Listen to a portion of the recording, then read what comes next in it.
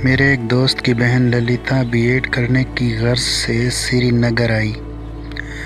چونکہ میں نے بھی اسی کالج سے 2 سال پہلے بی ایڈ پاس کیا تھا، اس لیے اس کی مدد کرنے کے لیے اکثر اس کے پاس جایا کرتا تھا۔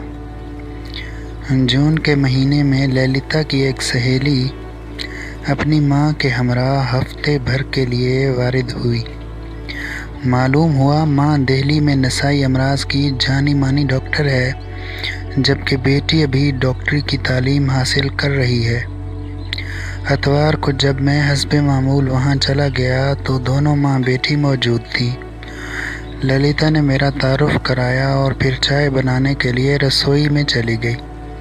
اتنی دیر میں ہم آپس میں کشمیر کے اہم مقامات اور دستکاریوں پر تبادلہ خیال کرتے رہے۔